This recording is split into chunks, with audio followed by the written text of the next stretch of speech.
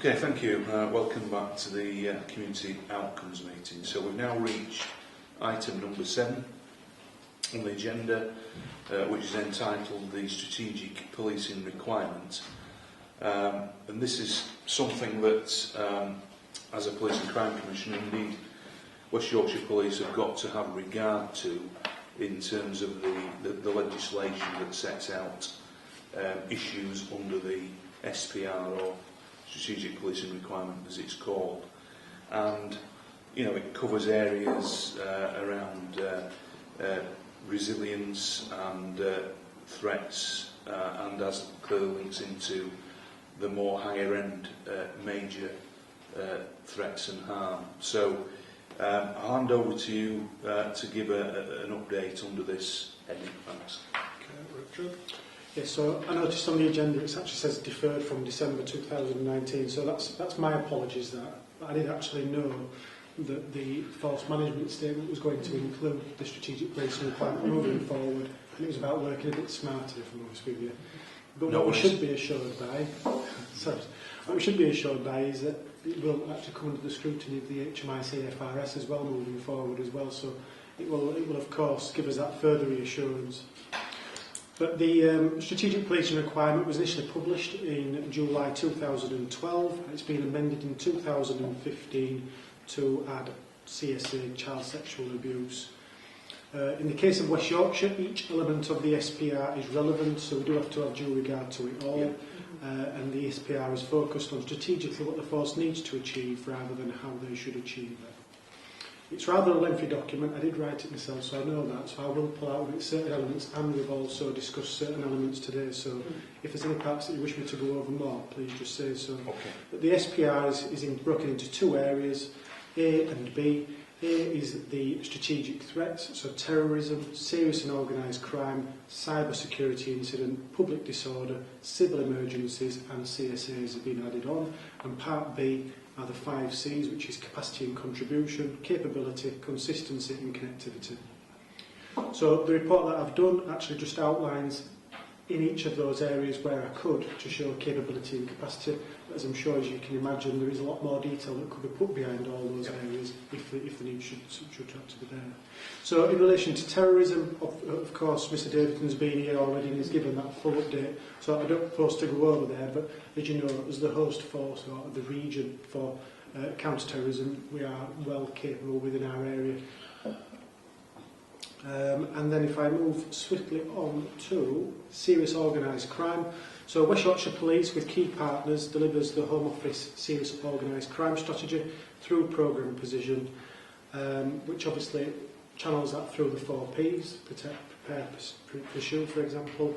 The Regional Organised Crime Unit, which again is hosted by West Yorkshire Police or within our region, of course gives us that extra capacity and capability, but again that delivers the Home Office Serious Organised Crime Strategy in line with the national direction from the ROCU Executive and Serious Organised Crime Boards.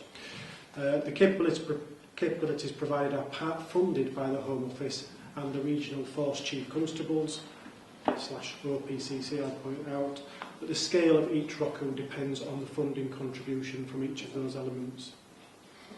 Strategic and tactical plans covering each area drive activity, and the force, ROCU, have specialist officers and staff working across a range of serious organised crime disciplines who can deploy and mobilise to offer bespoke responses to whatever principal threat is identified.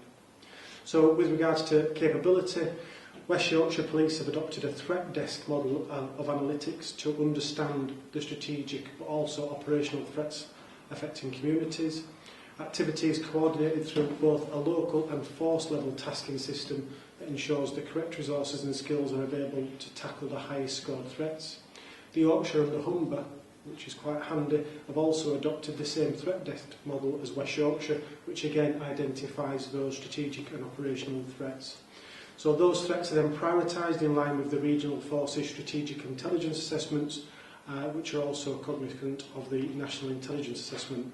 So each threat desk priority then has a multi-agency partnership board aligned to it, which then tackles each respective crime type with a strategic plan that coordinates preventative and pursue activity.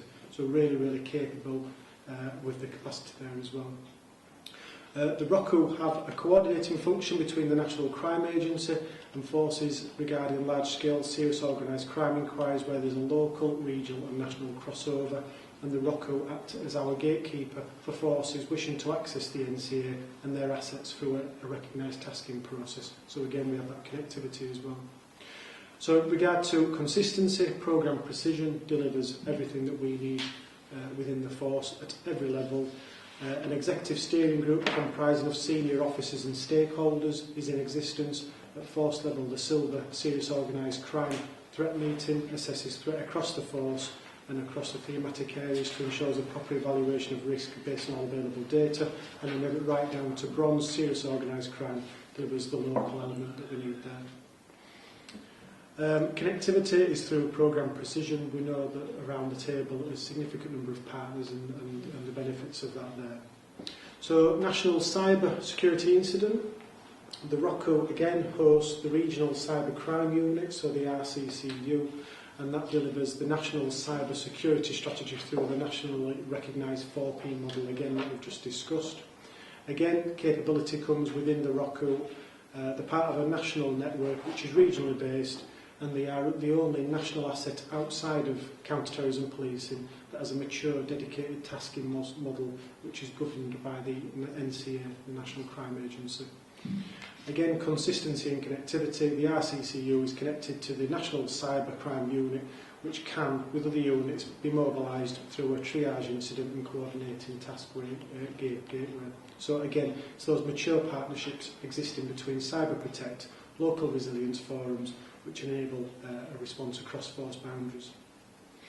Public disorder, capacity and contribution. We know we have a chief officer who's the force lead for public order, and there's an existing command structure which you would expect, which actually sits underneath there with senior leaders and also within subject matter experts within each of the portfolio areas.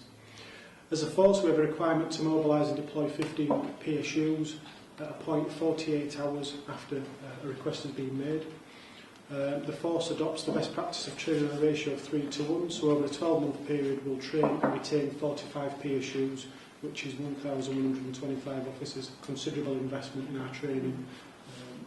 So that the force has sufficient numbers of gold, silver and bronze commanders, of course at different levels throughout their experience, but all commanders are assessed by a trade assessor. And 4 times a year a no-notice exercise is in place to test West Yorkshire's capability to respond and draw upon PSU resources. It's never done at a good time, but it does test and challenges, and obviously we can learn from that. And all I'd say are the capacity and capabilities that we do have sufficient assets at this moment in time, hardware if you like, in order to provide an effective response, which that includes the vans and all the things that you might need, equipment. Consistency, the force has established command structures for operational deployments in accordance with national guidelines and practice. What this means is, as a silver commander within this force, I can move to another one, and the same goes on for other commanders and other officers and staff. The commands are similar, the instructions are very, very similar, so people understand. And we know as a force we're collaborating with other agencies, forces and regions through the North East Region Public Order, Public Safety Working Group. I won't even begin to put that into an acronym, but it's, we're there and we are definitely connected. So each force is signed up to the National Mobilisation Plan and concept of operations. Planning and logistics maintain a local, regional and national oversight of events and are able to accurately advise Gold commanders when there may be challenges.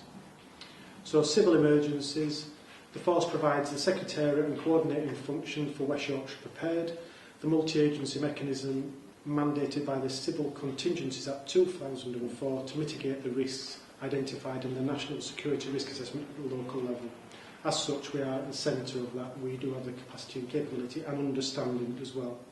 So, recognising the degree to which interoperability, particularly between emergency services, has been highlighted as an issue in various public inquiry reports, notably the Kerslake report and the Grenfell Tower, the force has increased the number of internal JESIP command courses. Down to capability, the force civil emergencies planning effort is delivered by a police inspector and assistants, as well as a contingency planning sergeant and 2 further staff. Together they manage the force contingency and business continuity plans which are written by districts and departments to ensure the force can function in the event of significant incidents, and we're actually challenging those and rewriting those in face of the coronavirus, to ensure that we have a real robust plan there as well. So down to CSA, which obviously we have discussed in some elements with the safeguarding paper. Under capability, something I've not mentioned already, is that we do have statistical analysis and problem profiles undertaken around CSEA to inform predicted demand, resource allocation and activity. And the Force Intelligence Unit provides a 6-weekly tactical assessment to inform the tactical tasking and coordination groups of the current and emerging threat and risk, so we can actually ensure that we're doing our best to put our resources in the right place. With regard to non-recent complex CSE cases currently being investigated by West Yorkshire Police, the details of those who are identified as CSE offenders are forwarded to the Regional Threat Desk, where they're assessed and morale scored in respect of their current risk, and if applicable, they'll be mapped as an OCG for further work and targeting. Coming to the final points, the force has invested in a superintendent, senior investigating officer, based within protective services, who is accredited to PIP 4 level strategic investigator, and they've got strategic oversight of all investigations, of which there are 39 at this moment in time as of January. At an operational level, districts work closely with local authorities and other partners. Each district has an embedded multi-agency safeguarding hub and multi-agency child exploitation process, where there is regular engagement with social workers and other partners around the management of missing children, those at risk of CSEA and wider criminal exploitation. And just in relation to non-recent complex CSE, the district commander is the partnership goal at district, which provides that continuity to ensure there's a coordinated response. All district commanders are required to ensure that partners are briefed on the non-recent complex CSE cases, which again is that connectivity and that communication. And just in a summary, if you can summarise such a document, it's considerably large, as you can imagine, all the different business areas. As a large metropolitan police force, West Yorkshire is well placed to provide support when we do require to across our force boundaries, but we also have considerable capacity and capability within our force, despite the significant demand that we do face as well. But due to the nature of policing, we are in several areas with the main emergency service. It's not possible to have resources stood on standby waiting for the next emergency. So there are a number of officers who have multiple skills, and on certain occasions we will find ourselves challenged when certain events do take place. But what we do have is an effective debriefing process, and we do learn from where we might find those capacity issues to ensure that we can fill those gaps in the future. And that's a long document, summarised as much as I can. No, thanks very much, Richard. It is a comprehensive report and covers all the main areas under the strategic policing requirement, and it is very pertinent in light of the current coronavirus situation. So it's reassuring to hear of all the capacity and skills and planning that goes into this. I will follow up though with 2 or 3 questions. So I guess it does also relate back to the Gemlock activity under the serious violence report that we heard about earlier on, and I guess one of the fallouts on that is just to ask what is West Yorkshire Police's ability to respond to non-surge activity, day-to-day business if you like, using officers on rest day working and overtime that have clearly been very busy on the Gemlock activity. Yeah, and so as you know, Commissioner, the Gemlock is on rest day, so it's additional resources. Yeah. So the non-surge activity, so the surge activity is proactivity, but it also assists with reactive investigation. So if there's a knife crime incident, of course they're going to get involved, or a firearms discharge. But I suppose I'm pleased to report that the existing resources are there to deal with the non-surge activity, but there are some significant pressures and workload issues. So it's forever a balancing situation between the realities of response policing, of serious investigations, of crime scene management, but the surge activity and the work of the VIU are increasingly assisting the day-to-day policing mission, if that makes sense. So, you know, they are two different things, but they do complement each other. When they're working, the surge assists the day-to-day policing mission. Okay. So you know, because obviously I know that there's no shortage of officers that want to offer their services on the GemLock activity. So you know, that's a good sign. But it's just again, just making sure we're not sort of losing out in other aspects of work. No.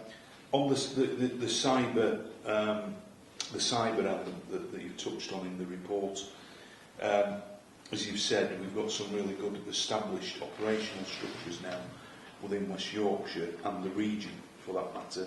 And obviously, John, very timely yesterday, we heard at the Regional Collaboration Board a presentation from the Action Fraud team at the national level, who are based in the City of London. But it's really just to ask, can you expand on how West Yorkshire Police are engaging with communities in West Yorkshire to raise awareness how not only individuals but families, businesses and communities can best protect themselves from cyber-related crime? Yeah, and this is not something where you look towards the National Cyber Crime Unit themselves to deal with, because this is about communicating with communities and people and schools. So you're back to the everyday policing elements as well. There is a complex element, but there's obviously the down to earth, speaking to young people about the safety. So some of the specific things that we do is we do have school engagements aimed at awareness and reducing the risk that's posed to young people moving forward.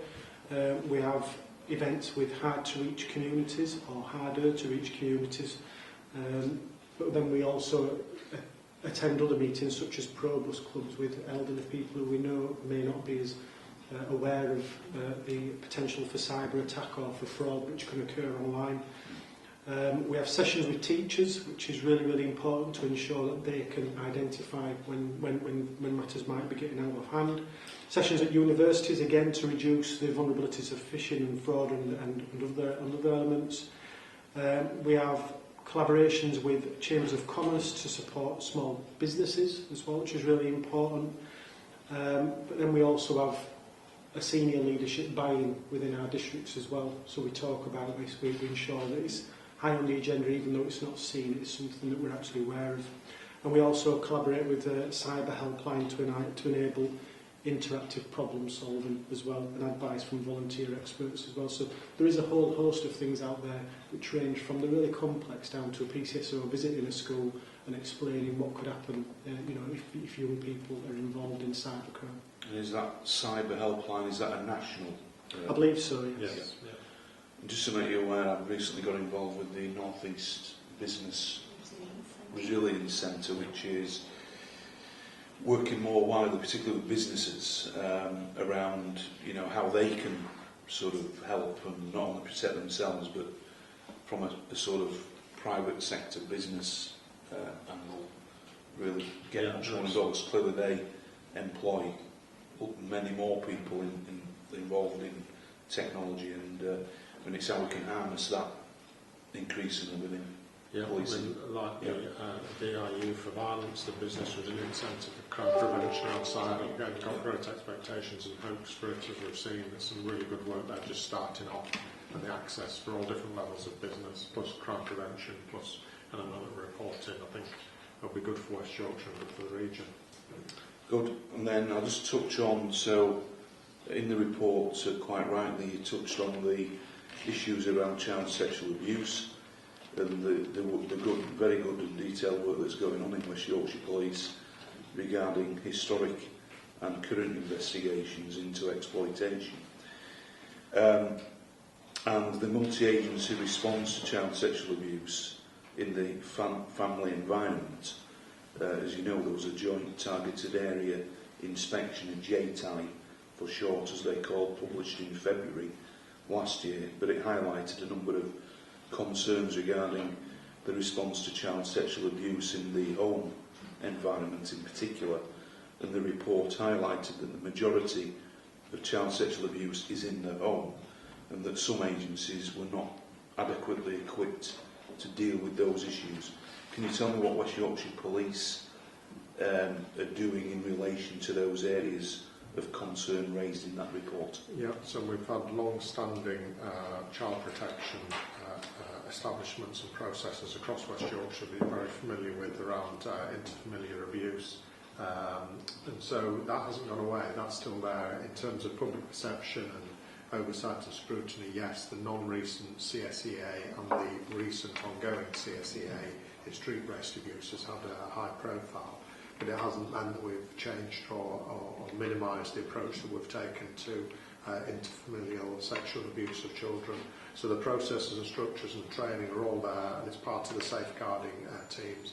That JTI report will be picked up as part of the safeguarding review as well, so it all features into that. So it'll be recent, non-recent, CSEA, CSA, adult, child, all elements will be in there. So again, it's still very close to the safeguarding team's hearts about dealing with the victim care, dealing with social services, dealing with prosecutions and offenders, and prevention going forward as well. So they'll pick all of those elements up from the JTI, and it'll be part of the work. I don't think in any of our reports recently through HMIC in the last 5 years we've had any particular adverse findings around that, other than the issue about capability and capacity and detective resilience. So there's been nothing around care, welfare, investigation. It's been more around the actual ability under an organisation under strain to deal with the volume. But yeah, no, they're all in there, and not part of that safeguarding with the governance of Catherine Hankinson and others.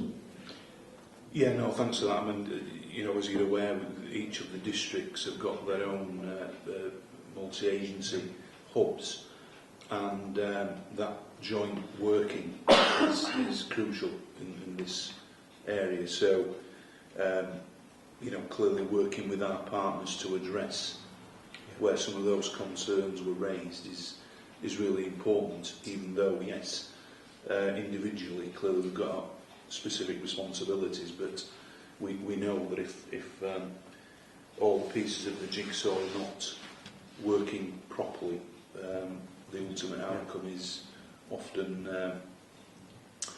quite traumatic for young victims in a lot of cases. But that's good to hear that you address those concerns that were raised in that report. Was there anything you wanted to raise? No, sir.